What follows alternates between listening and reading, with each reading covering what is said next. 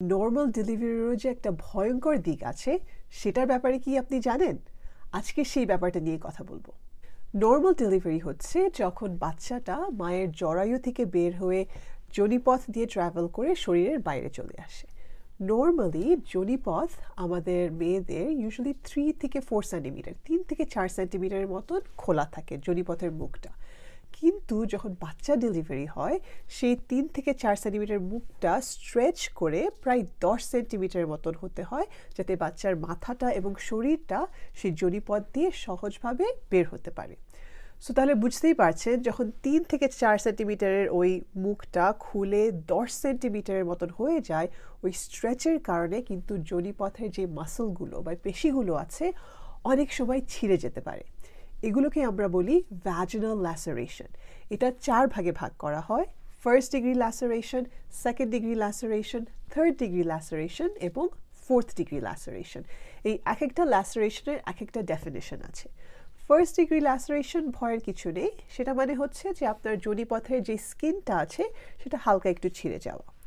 Second degree laceration হচ্ছে যে যোনিপথের স্কিনটার সাথে নিচের যে মাংসপেশিটা বা মাসলটা আছে সেটাও একটু ছিঁড়ে যায়। ফার্স্ট ডিগ্রি সেকেন্ড ডিগ্রি খুবই কমন ল্যাসারেশনস। বেশিরভাগ মেয়েরই, স্পেশালি যখন প্রথম বাচ্চা হচ্ছে, নর্মালি ফার্স্ট ডিগ্রি ল্যাসারেশন বা সেকেন্ড ডিগ্রি ল্যাসারেশন সবসময় বা প্রায় সময় আমরা দেখতে পারি। সেটা আপনার গাইনোকোলজিস্ট বা ডাক্তাররা ইজিলি সেলাই করে দিতে পারে, কোনো অসুবিধার কিছু নেই। কিন্তু থার্ড ডিগ্রি আর ফোর্থ ডিগ্রি ল্যাসারেশন হচ্ছে আরও সিভিয়ার একটা ল্যাসারেশন। সো থার্ড ডিগ্রি ল্যাসারেশনে যেটা হয় সেটা হচ্ছে আপনার যোনিপথের স্কিনটা ছিঁড়ে গেছে, নিচের মাংসপেশি বা মাসলটা ছিঁড়ে গেছে এবং এইনাল স্ফিংটারটাও ছিঁড়ে গেছে।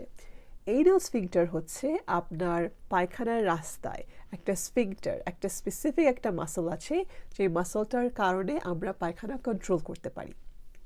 আমরা কিন্তু যখন আমাদের পায়খানার বেগ আসে তখনই কিন্তু আমাদের বাথরুমে যেতে হয় না, আমরা কিন্তু কিছুক্ষণ ধরে রাখতে পারি, এবং সেটার কারণটা হচ্ছে এই স্ফিংটার মাসলটা। সো তাহলে বুঝতেই পারছেন, যখন এই স্ফিংটার মাসলটা আর কাজ না করছে বা ছিঁড়ে গেছে, যেটা আমি বললাম থার্ড ডিগ্রি ল্যাসারেশনের সময়, তখন ওইটা ছিঁড়ে গেলে ওই মাসলটা উইক হয়ে যায় এবং পরবর্তীতে এই জন্য অনেক মেয়েদের পায়খানা ধরে রাখতে বা গ্যাস ধরে রাখতে সমস্যা করতে পারে। থার্ড ডিগ্রি ল্যাসারেশনের পরে হচ্ছে ফোর্থ ডিগ্রি ল্যাসারেশন, যখন কিনা পুরোপুরি জায়গাটা একদম ছিঁড়ে যায়।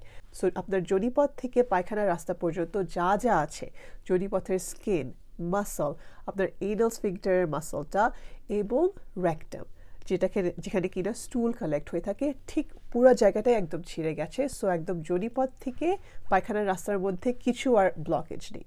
সো যোনিপথ থেকে পায়খানার রাস্তা